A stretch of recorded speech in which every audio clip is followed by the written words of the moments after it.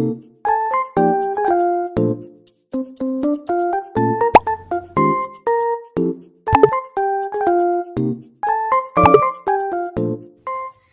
teman-teman, selamat pagi, selamat siang, dan selamat malam. Perkenalkan, nama saya Kinanti Atisadu, NPM 1903 10122 dari Paralel A, Program Studi Teknik Kimia, Universitas Pembangunan Nasional, Veteran Jawa Timur. Dan saya, Yolanda Silvania, NPM 193101010021 dari Teknik Kimia UPN Veteran Jawa Timur.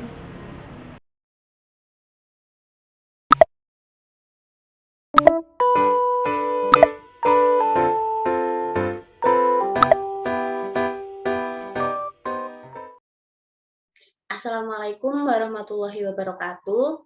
Kami dari grup C, sesi A2. Di sini kami akan mempresentasikan yang kami ketahui tentang praktikum yang sudah kami lakukan kemarin, yaitu sterilisasi dan pembuatan zat. Berikut penjelasannya. Baik, yang pertama saya akan menjelaskan mengenai apa itu pentingnya sterilisasi. Sebenarnya sterilisasi ini penting apa enggak sih? Oke, selanjutnya. Jadi di sterilisasi ini merupakan suatu proses untuk menghilangkan semua jenis mikroorganisme yang hidup dalam suatu benda, yaitu protozoa, fungi, bakteri, mikroplasma, dan virus dalam benda atau peralatan untuk menjaga peralatan di laboratorium tetap bersih atau steril, serta mencegah terjadinya kontaminasi pada alat tersebut. Sterilisasi ini berfungsi untuk menjaga kebersihan atau sterilitas dari suatu benda yang akan dipergunakan. Jadi jelas sekali bahwa sterilisasi ini sangat penting. Kemudian aplikasi sterilisasi ini banyak digunakan dalam dunia industri, contohnya untuk proses sterilisasi pada produk olahan dalam kaleng seperti kornet, sardin, dan sebagainya. Selanjutnya untuk metode sendiri terdiri dari 3, yaitu metode fisika, kimia, dan mekanik. Untuk metode fisika sendiri ini merupakan metode sterilisasi dengan panas yang meliputi penggunaan panas lembab seperti autoklaf atau uap bertekanan dan uap langsung, serta penggunaan panas kering seperti oven atau udara panas dan pembakaran. Yang kedua itu sterilisasi dengan metode kimia yang merupakan metode sterilisasi dengan menggunakan agen-agen kimia yang bersifat disinfektan dan antiseptik. Serta yang terakhir ini ada sterilisasi dengan metode mekanik yang merupakan metode sterilisasi dengan menggunakan sistem penyaringan atau filtrasi. Untuk sterilisasi dengan metode kimia ini, contohnya pada praktikum yang pernah saya lakukan, ini dengan cara menyemprotkan alkohol 70% ke permukaan alat. Contohnya ini tabung reaksi, kemudian dibersihkan dengan menggunakan kapas, setelah itu dibungkus dengan alat yang berwarna kertas coklat, tujuannya agar terhindar dari kontaminan. Kenapa sih yang dipakai kok kertas coklat? Ini karena kalau digunakan kertas putih, ini nanti panasnya bisa mantul ke oven, dan malah panasnya itu nanti panasnya malah menyerap ke oven bukan ke benda tersebut. Kemudian kalau hitam ditakutkan nanti bendanya terlalu panas sehingga bendanya bisa hancur atau pecah gitu. Kemudian pada pengeringan ini diusahakan pembungkusan dilakukan dengan serapi mungkin. Kemudian sterilisasi dengan fisika, ini contohnya pada oven.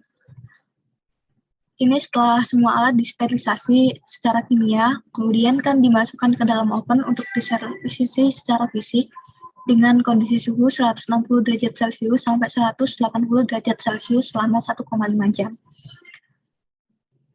Ini bertujuan agar bakteri pada alat tersebut bisa benar-benar hilang. Oke, selanjutnya akan dilanjutkan oleh rekan saya. Berikutnya ada contoh-contoh alat yang biasa digunakan dalam sterilisasi. Di sini ada oven dan juga autoclave. Oven sendiri berfungsi untuk mensterilkan alat-alat gelas yang tahan terhadap panas. Digunakan pada sterilisasi udara kering dengan membebaskan alat-alat dari segala macam kehidupan tanpa kelembapan.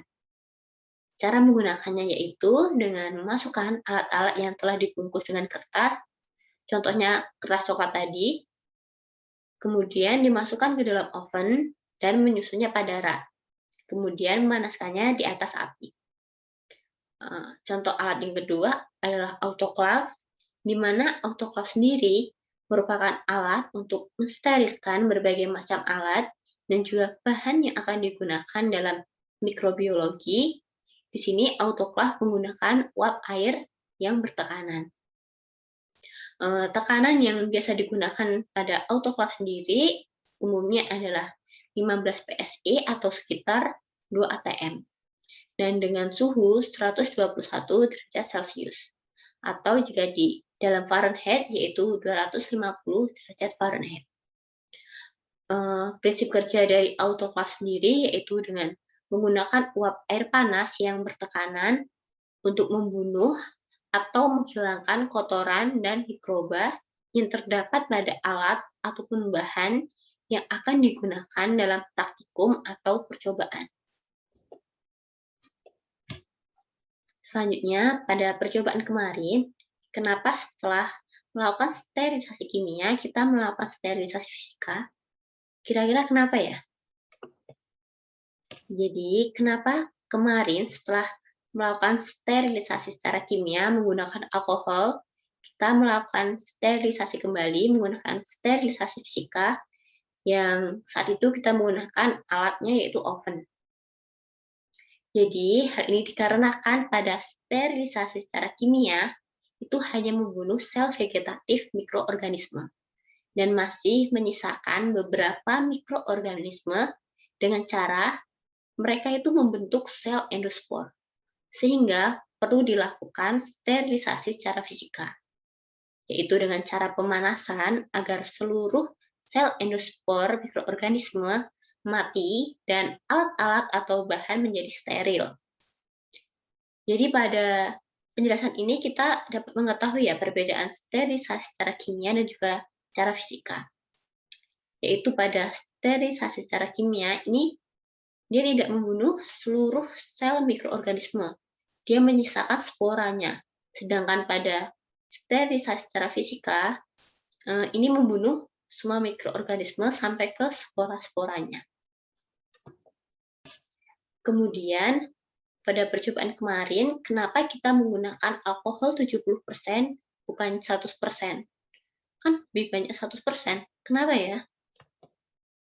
Jadi, alasan kenapa pada percobaan kemarin kita menggunakan alkohol 70% bukannya alkohol 100% itu dikarenakan pada alkohol 70% itu dia dianjurkan untuk digunakan sebagai cairan pembersih yang ampuh membunuh kuman maupun bakteri. Kenapa? Karena sebab alkohol 70% ini mempunyai tekanan osmotik yang lebih tinggi daripada alkohol 100%. Sehingga lebih mudah melakukan penetrasi masuk ke dalam dinding sel mikroorganisme. Jadi alkohol 70% akan membunuh mikroorganisme yang ada di suatu permukaan dengan cara menghancurkan dinding sel mikroorganisme tersebut. Sehingga mikroorganisme yang menempel di permukaan benda bisa benar-benar mati dan juga hancur. Alasan lainnya selain kenapa kita menggunakan alkohol 70% dan karena pada alkohol 100% atau alkohol murni dia akan lebih cepat menguap sehingga akan kurang efektif untuk membersihkan. Karena belum sampai masuk ke dalam sel mikroorganisme, belum sempat menembus dinding sel mikroorganisme, dia akan lebih dahulu menguap. Jadi kurang efektif. Selanjutnya, sterilisasi, pasteurisasi, dan desinfeksi apakah sama? Jadi sebelumnya kita harus tahu ya pengertian-pengertiannya terlebih dahulu. Apa itu sterilisasi, apa itu pasteurisasi, dan apa itu disinfeksi. Jadi sterilisasi adalah proses termal untuk mematikan semua mikroba beserta spora-sporanya. Spora-spora bersifat tahan panas. maka umumnya diperlukan pemanasan selama 15 menit pada suhu 121 derajat Celcius atau ekuivalennya. Yang artinya semua partikel bahan pangan tersebut harus mengalami perlakuan panas. Selanjutnya yaitu pasteurisasi. Pasteurisasi adalah perlakuan panas yang diberikan pada bahan baku dengan suhu di bawah titik didih. Teknik ini digunakan untuk mengawetkan bahan pangan yang tidak tahan pada suhu tinggi. Contohnya, itu pada susu. Pasteurisasi tidak mematikan semua mikroorganisme, tetapi hanya yang bersifat patogen dan tidak membunuh spora. Jadi dari sini kita melihat ya perbedaan antara sterilisasi dan juga pasteurisasi.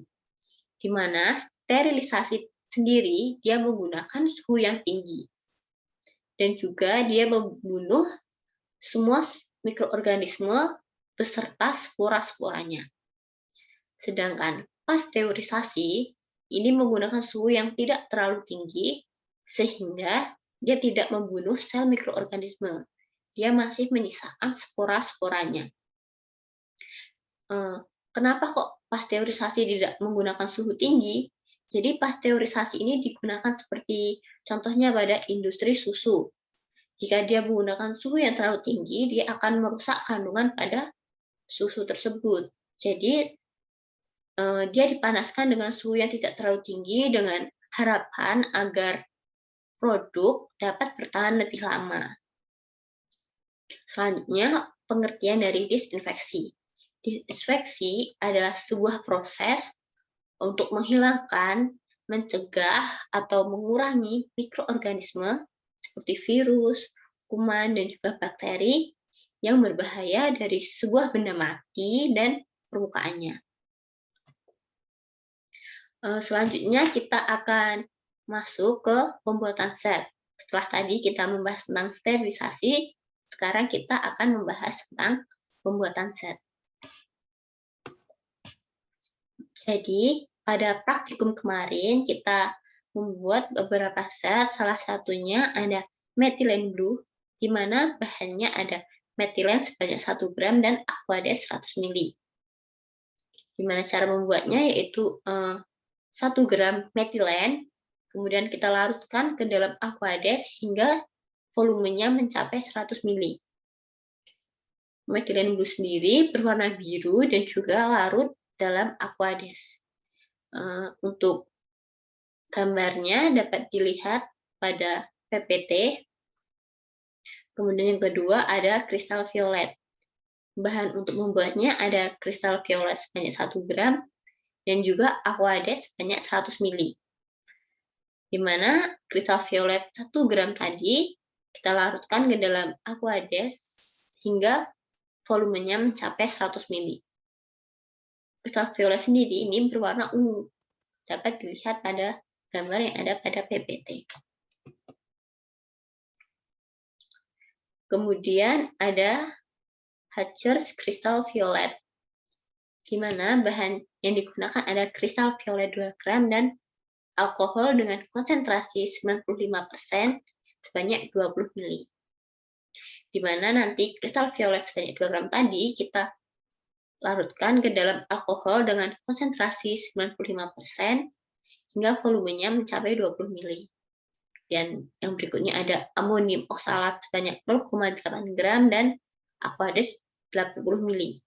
Di mana nanti amonium oksalat sebanyak 0,8 gram kita larutkan ke dalam aquades hingga volumenya mencapai 80 ml.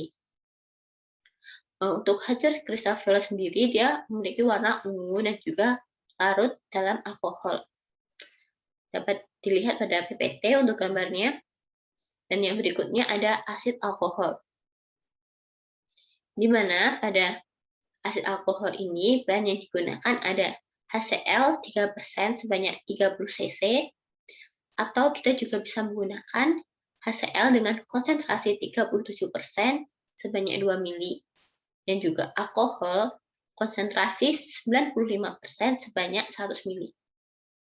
Cara membuatnya dengan melarutkan HCl konsentrasi 3%, 30 cc atau HCl dengan konsentrasi 37% sebanyak 2 mili dengan alkohol 95%, hingga volumenya mencapai 100 mili. Alkohol sendiri berwarna jernih.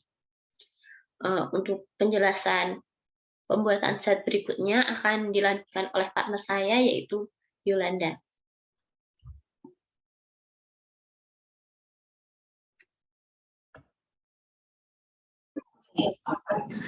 Baik, untuk zat selanjutnya yaitu Google Iodine Solution.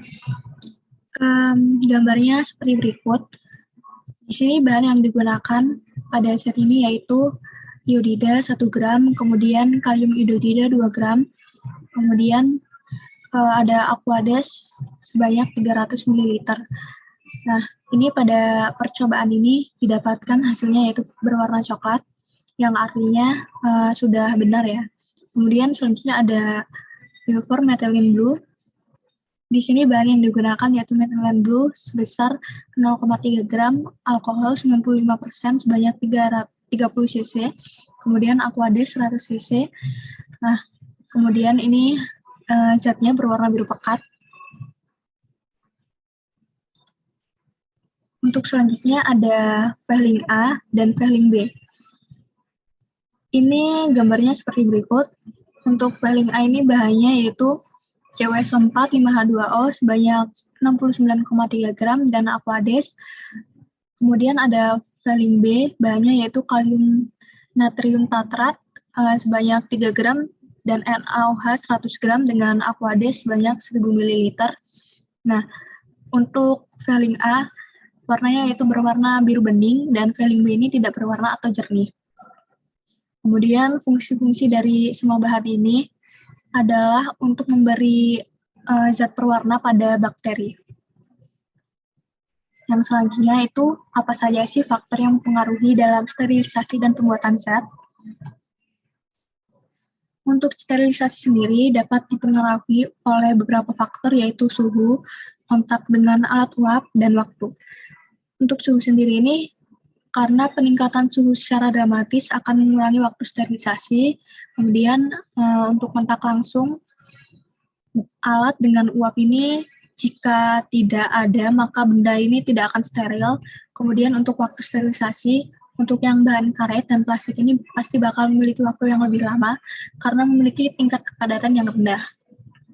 Kemudian untuk faktor yang mempengaruhi dalam pembuatan zat, itu ada komposisi dari bahan pembuatan zat tersebut. Karena pada pembuatan zat itu kan diperlukan komposisi yang sempurna. Nah, jika bahan yang dibuat tidak sesuai dengan komposisi tersebut, maka hal tersebut dapat mempengaruhi fungsi dari zat tersebut. Sekian penjelasan dari kelompok saya, kurang lebihnya mohon maaf. Wassalamualaikum warahmatullahi wabarakatuh.